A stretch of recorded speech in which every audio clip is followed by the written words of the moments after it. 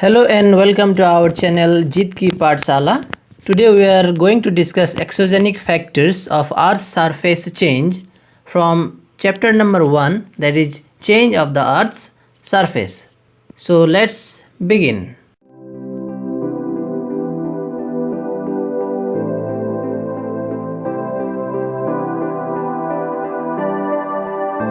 The earlier part of this lesson has been discussed already, and if you have not watched that video, please click the I button to watch that one.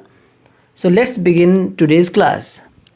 The exogenic factors basically operate externally upon the Earth's surface. So in last class we have discussed that basically there are two types of factors which are responsible for the creation of different kinds of landforms on the continents as well as in the ocean bottoms. So if we talk about the exogenic factors, these exogenic factors basically operates externally upon the Earth's surface. That means this kind of exogenic factors operates upon the Earth's surface, not inside the Earth's surface.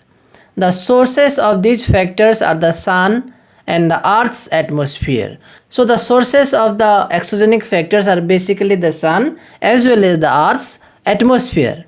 Among the exogenic factors, insolation, that means the amount of solar radiation reaching a given area. So insolation means the amount of solar radiation that reaches to the Earth's surface or in any particular area.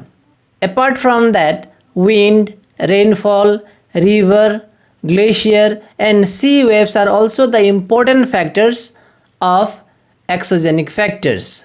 Moreover, the biotic elements like vegetation and animals also contributes more or less towards changing the Earth's surface. So not only the insolation, wind, river or the rainfall bring changes on the Earth's surface, but the biotic elements, that means the living elements like the vegetation, that means the green plants and animals also brings some changes on the Earth's surface. The character and intensity of the external factors operating in the Earth's surface are not similar over space and time. And the characteristics and the intensity means the force of these external factors operating in the Earth's surface are not similar over space and time. There are different types of external factors, but the character of each factors and the intensity, the force of these factors are not similar in all the places of the earth. The activity of these factors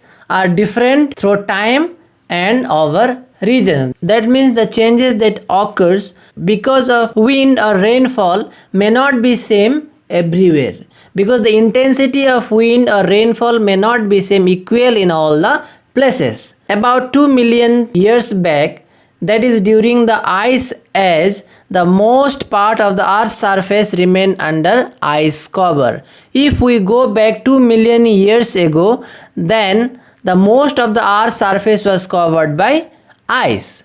At that time, the activities of glacier were more extensive than what it is today, and during that time the works of glacier were very more as compared to the work of glacier in the present days. In future also, possibly there will be great change in the works of glacier because of global climate change. So in future also the works of glacier will be changed. It is noteworthy that some specific processes are found to be dominant in a specific area insofar as the change over the Earth's surface are concerned. So till now we have come to know that there are different kinds of factors which brings changes on the Earth's surface as well as in the ocean bottom. But these factors are not same, or the intensity of these forces are not same equally in all the places. That also we came to know just now. There are some particular places where some particular type of factors are more responsible for the creation of different kinds of landforms.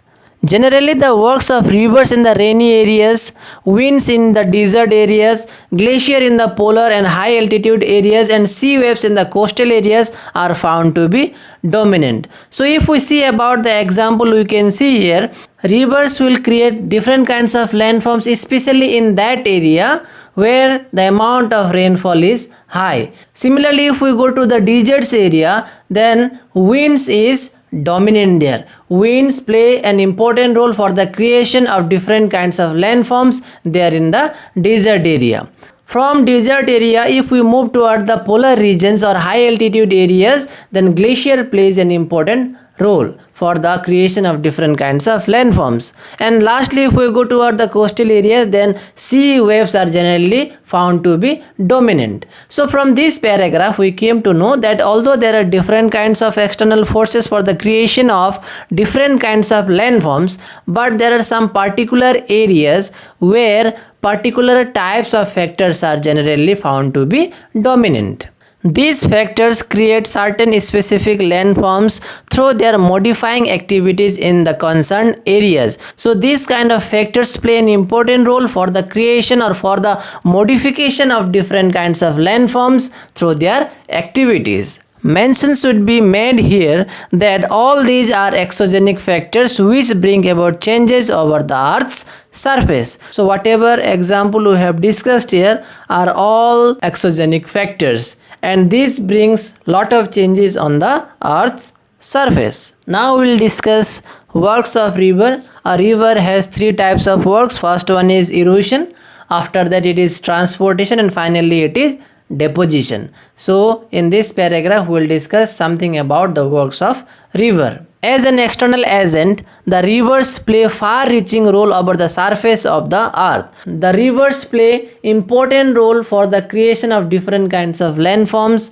on the earth surface. The rivers have been operating in the tropical regions. So tropical regions are especially those regions which lies between the Tropic of Cancer and Tropic of Capricorn. So here you can see in the bracket it is written clearly that the tropics are regions of earth that lie roughly in the middle of the globe.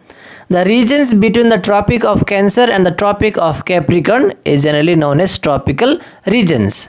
Okay, so these rivers basically operate in the tropical regions. That means the area that lies between the Tropic of Capricorn and Tropic of Cancer. Along with that, the subtropical regions. That subtropical regions means those regions which are very close to Tropic of Cancer and Tropic of Capricorn. So the places which are located between Tropic of Cancer and Tropic of Capricorn, and along with that the places which are located nearby the Tropic of Capricorn and Tropic of Cancer are generally witnessed of different kind of works of a river. As a result, the continents and ocean basins have witnessed a variety of changes. So because of the works of river, the continents and the ocean basins have witnessed a variety of changes in the modification as well as in the formation of different kinds of landforms. So generally, rivers along with their tributaries form basins of their own. So river basin is a place from where the tributaries and a river carries water downward. So the entire place from where a river and its tributaries carries water is known as river basin. It is very simple. Hope you have understood. What is river basin? River basin is a place where a river and its entire tributaries carries water. So that area is known as river basin. The water sources of rivers may be rainfall, snow deposits over the mountains, or springs coming out from the earth's interior. So a river gets water from many places. There may be various sources for the water like rainfall or the melting of snow. Even the springs that comes out from the earth's interior may all be the source of a river. As such, changes over the basin area largely depend upon the works of concerned river, and the activities or the formation of river basin also depends on the concerned river. That means on that particular river. Here questions arises as to how a river brings changes in its basin area. So there might be a question in your mind that how a river brings changes in its basin, is not it? So that one we will discuss here in the lesson. The works of a river are generally classified into three groups. So a river has generally three types of works, and these are number A, erosion, then it comes transportation, and number C, it is deposition. All rivers more or less performs these activities. So whatever rivers are present on the earth's surface, more or less these rivers performs these three types of activities. Okay, so this much for today. Hope you have understood about the exogenic factors of the earth surface change, and the remaining part of the lesson we will bring very soon in our upcoming videos. And if you like our video, don't forget to press the like button. Thank you very much for watching our video.